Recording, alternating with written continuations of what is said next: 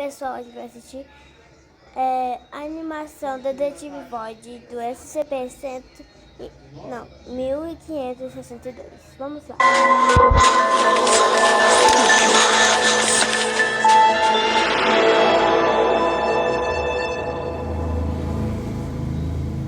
A mãe de Jacó diz para ele que está na hora de ir para casa, mas há um problema aqui. Apesar de estar anoitecendo, o menino quer continuar descendo o escorregador de novo e de novo. Jacó começa a chorar e implorar para mais tempo no playground poder ficar. Jacó é muito persistente. Então, depois de alguns minutos, ele consegue convencer sua mãe. A mulher permitiu seu filho descer pelo escorregador mais uma vez. Ela decidiu esperá-lo em uma loja próxima. Ele vai descer só mais uma vez, e Jacó quer aproveitar com máxima diversão e excitação. O menino pondera quais maneiras ele pode usar para escorregar, pensando se havia alguma nunca feita antes. Depois de pensar por um minuto, uma ideia de repente aparece em sua cabeça. Como seria descer de cabeça para baixo? Jacó sobe as escadas e se aproxima cuidadosamente da borda. A criançada do playground imediatamente percebe que ele está planejando algo perigoso. Todos os olhos vidrados no garoto e as crianças perguntando para si mesmas que tipo de truque ele fará. Jacó ajoelha-se, segura nos corrimãos do topo do escorregador e congela por um segundo. Ele se sente assustado e já começa a se arrepender de sua missão. Mas o menino já tinha atraído a atenção de todas as crianças, entre as quais está Cynthia, uma garota que mora bem perto dele e que gosta muito de Jacó.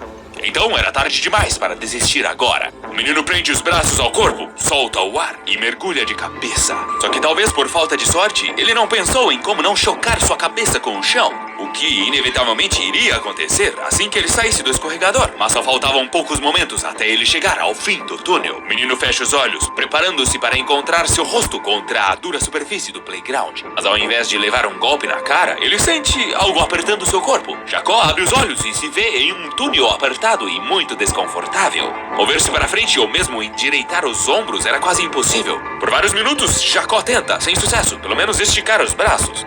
Esforçou-se até que lágrimas escorressem de seus olhos e um medo desesperador esgotasse sua vontade. De repente, a voz de um homem soa por perto, exigindo que o menino se calasse. A grande cabeça de alguém está sob os pequenos sapatênis de Jacó. A essa altura, as crianças no playground estavam todas ao redor do escorregador, tentando entender para onde tinha ido o pequeno sapeca. Há um segundo atrás, ele estava descendo de cabeça no escorrega. Ninguém nunca mais veria Jacó, e sua mãe enlouqueceria tentando encontrar seu filho desaparecido. Depois desapareceram várias outras crianças, sem deixar rastros, todas que tentaram repetir a manobra de Jacó. Os pais começaram a passar bem longe deste lugar. O local se transformou em um misterioso playground abandonado, e todos os tipos de terríveis lendas urbanas rodeavam em torno do escorregador. Atenção, por favor. Apresento a vocês meu produto ultra fofo e de edição limitada. O bonequinho é super macio e feito de materiais sustentáveis. Eu já tenho um. Você quer um pra você? Então clique no link da descrição e compre um Detetive Void todo seu. Eu quero. Como resultado, a Fundação SCP tomou conhecimento do local e levou o escorregador para ser contido. A anomalia está atualmente localizada no sítio 24, no laboratório de testes 46V, e foi atribuído ao número SCP-1562. À primeira vista, o objeto é um escorregador comum de metal, como os muito comumente encontrados em playgrounds ou parques. Ele tem cerca de 2,2 metros de altura, e seu comprimento é de 3,4 metros. Se você descer o escorregador da maneira usual, sentado e esticando as pernas para a frente, nada sobrenatural acontece. O efeito anômalo só aparece quando a criança desce de barriga para baixo e com a cabeça para baixo. Neste caso, os braços devem estar colados com o corpo. Aproximadamente 15 centímetros antes do fim do escorregador, o usuário desaparece sem deixar rastros.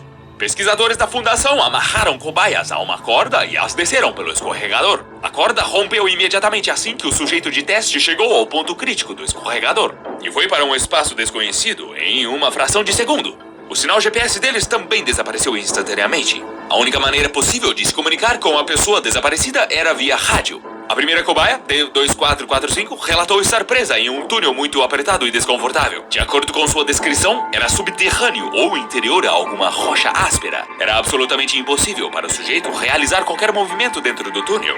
Quando ele tentou rastejar um pouco para frente, sua cabeça tocou os calçados de uma criança. O dono deles era o garotinho Jacó, que estava chorando constantemente e chamando sua mãe. Aparentemente, a criança também tinha seus movimentos limitados. Depois de ter dificuldade em convencer Jacó a ficar quieto, D2445 entrou em pânico e exigiu que tirassem-no de lá, imediatamente. Mas era impossível tirá-lo dali. Pouco depois, outro funcionário, D8600, foi despachado para o playground. Este era um rapaz de baixa altura e bem magro. Os pesquisadores esperavam que o sujeito pudesse caminhar pelo túnel. Entretanto, ele também ficou incrivelmente apertado. O homem nem conseguia esticar os braços. Talvez o diâmetro do túnel se ajuste ao tamanho das pessoas que ficam presas lá. Quando a vítima está dentro, as paredes encolhem apropriadamente. Ou o contrário, o espaço pode ser inicialmente minúsculo. Quando uma pessoa está dentro, o túnel se expande e adequa-se a ela para que ela possa respirar, mas não se mover. Porém, o detalhe mais interessante, na minha opinião, é a repetição. Quando o segundo funcionário da classe D entrou no túnel e esbarrou nas botas da primeira cobaia, ele começou a repetir as mesmas palavras que o primeiro funcionário havia falado antes. Ao mesmo tempo, as respostas dadas ao pesquisador não faziam sentido, como se o classe D não estivesse o ouvindo, mas simplesmente falando frases memorizadas. D8600 ficou com raiva e decidiu rastejar lentamente para trás. Logo depois, a conexão foi interrompida e não foi possível mais se comunicar com os sujeitos. Não foram enviadas novas pessoas para o escorregador por causa do alto risco para o pessoal. As pessoas e as crianças desaparecidas ainda estão vivas? O que aconteceu com elas depois? Por que elas repetem as mesmas frases repetidamente? É isso que eu pretendo descobrir com vocês agora. SCP-1562 provavelmente é uma criatura anômala carnívora, um predador que usa o escorregador como armadilha. Mas uma pergunta surge com relação à lógica. Por que a criatura engole suas vítimas apenas se elas descem o escorregador em uma determinada posição? Você já viu alguma cobra grande, como uma piton ou uma anaconda, comer sua presa começando pelas pernas? Então, é a mesma coisa. O SCP-1562 adora capturar as pessoas apenas quando elas entram na armadilha de cabeça. O túnel de pedra ou barro é o esôfago da criatura, onde todas as vítimas são digeridas lentamente por muito tempo. O suco gástrico provavelmente afeta a função cognitiva das pessoas presas lá. Elas ficam presas em uma certa parte da memória delas e repetem sem parar as mesmas frases. Isso continua até a pessoa ser finalmente dissolvida no estômago do monstro. E a outra suposição é que o escorregador é a entrada de um enorme complexo de anomalias espaço-temporais. Primeiro, a vítima cai em um buraco espacial, localizado perto do fim do escorregador, e depois é enviado para outra dimensão.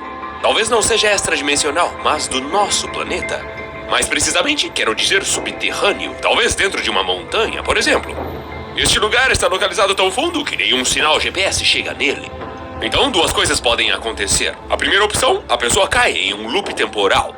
A cada período do ciclo, ela volta novamente ao túnel, exceto que somente a própria pessoa entra no loop. Os objetos com os quais ela interagiu, não. É por isso que os funcionários classe D repetiam as mesmas frases, mesmo com as circunstâncias em constante mudança. Como, por exemplo, o que era dito a eles da base.